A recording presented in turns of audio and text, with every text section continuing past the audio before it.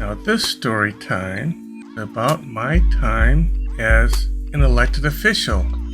I was a Parks and Rec Commissioner. Not that long ago, I had served as a Parks and Recreation Commissioner here in Washington State.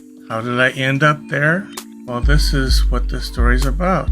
Back when there was a lot of excitement about Bernie Sanders running for president, there was a lot of talk and encouragement regarding running for office. The idea was, if you want to make change, local government is where it's at and where to start.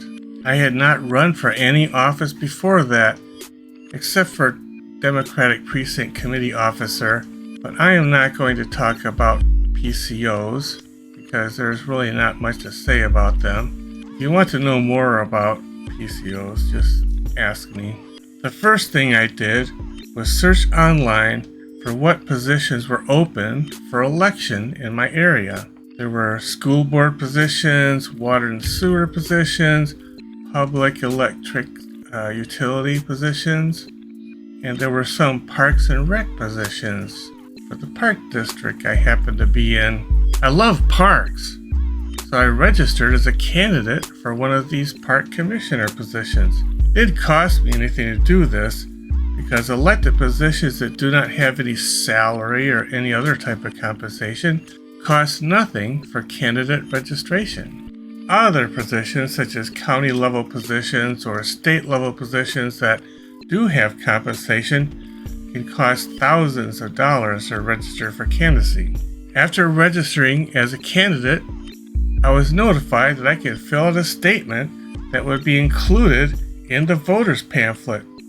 Now here in Washington State, we get voters pamphlets for every election, and the candidates can put statements in there and why you should elect them and whatnot. However, I did not submit one before the deadline, so I was one of those candidates that did not have an entry in the pamphlet. And I know I should have submitted something, but I was running unopposed. It's not like people were clamoring to get these park commissioner positions. Anyway, the election came and went, and I won the election. Surprise.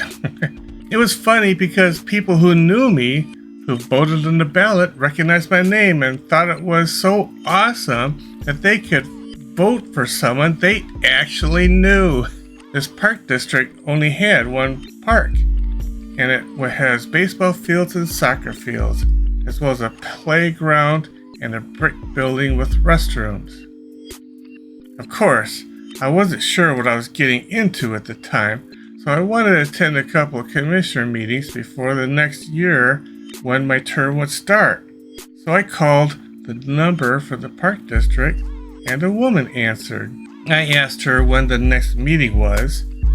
She told me when and where the next meeting would be, but she sounded a bit wary of me because they don't get a lot of people from the general public attending the meetings. The public is welcome to attend the meetings.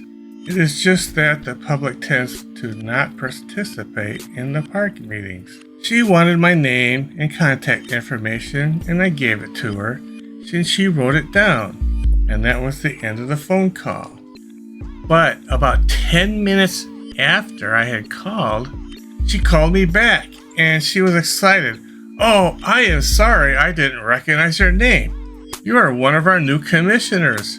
And then she proceeded to introduce herself as the one and only staff person of the park district, and she added my email address to the distribution list so that I would receive the agenda, the minutes, and the financial report before the next meeting. During that last meeting of the year, I met the previous commissioners, a couple of whom were involved with youth baseball and soccer organizations that used the fields. Well, then there was the meeting the next year when I was officially the commissioner. It was then I and other new commissioners were sworn in, and we were appointed to various officer positions. I took the job that no one else wanted, and that job was treasurer. But I was glad that I took that job because I learned so much about how local governments operate. I met with the previous treasurer to get familiar with the financial reporting in an Excel spreadsheet, which I would later customize further with some helpful scripts to make managing it easier. I also learned about financial reporting that needed to be done for the state. I would file the annual reports to the state every year for the 3 of the 4-year term that I was treasurer. Later in my term, I was glad that one of the other commissioners stepped up to take over the treasurer's job because I was moving out of the district and could not run for re-election. What was particularly interesting about this position was that it was a working commissioner district. What I mean by that is that we did not just vote on policy and whatnots, we also did some of the physical work. Now, we did pay a security firm to lock up the park at night and paid for custodial services, mowing the field, maintenance, etc. But there were some things that we as commissioners did as well. Here are some of the things that I did. The park also had a house on the property. It historically was the groundskeeper house, but at some point it was turned into a rental. So the park district was also essentially a landlord. Of course, we had a property management company for the rental, but for some simple things like fixing a leaking toilet tank, I would go over there and fix it. For bigger things, we would hire professionals, like getting the garage door opener fixed. The other thing that I did was fix the USA flag that was on the park. It had become too worn, and the flag mounting hardware was actually broken. Someone had tried to be helpful and zip-tied the flag to the halyard, and the halyard is what you call the rope that holds up the flag. So I went to the hardware store and got new hardware, a new rope for the halyard. I also ordered a new flag online from the same company that makes the USA flags for some of the big national cemeteries and monuments. With the help of my son, I installed a new halyard, hardware, and flag onto the pole. The park would reimburse me for the flag and the parts. And then there was one thing I had to do I will never forget. I got a call from our staff person regarding an emergency at the park. Every year, park would shut down the restrooms for the winter and would reopen them in the spring for the sporting events.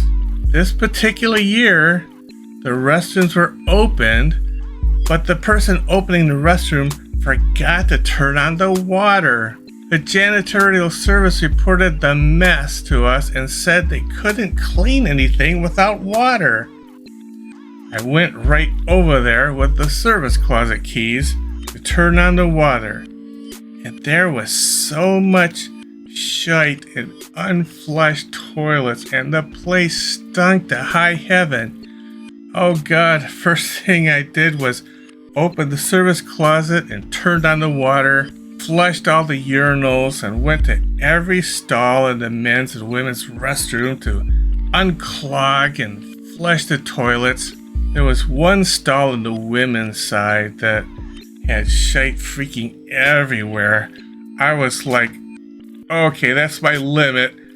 I am going to let janitorial services take care of that one. After that, I was like, please, let's not have that happen again.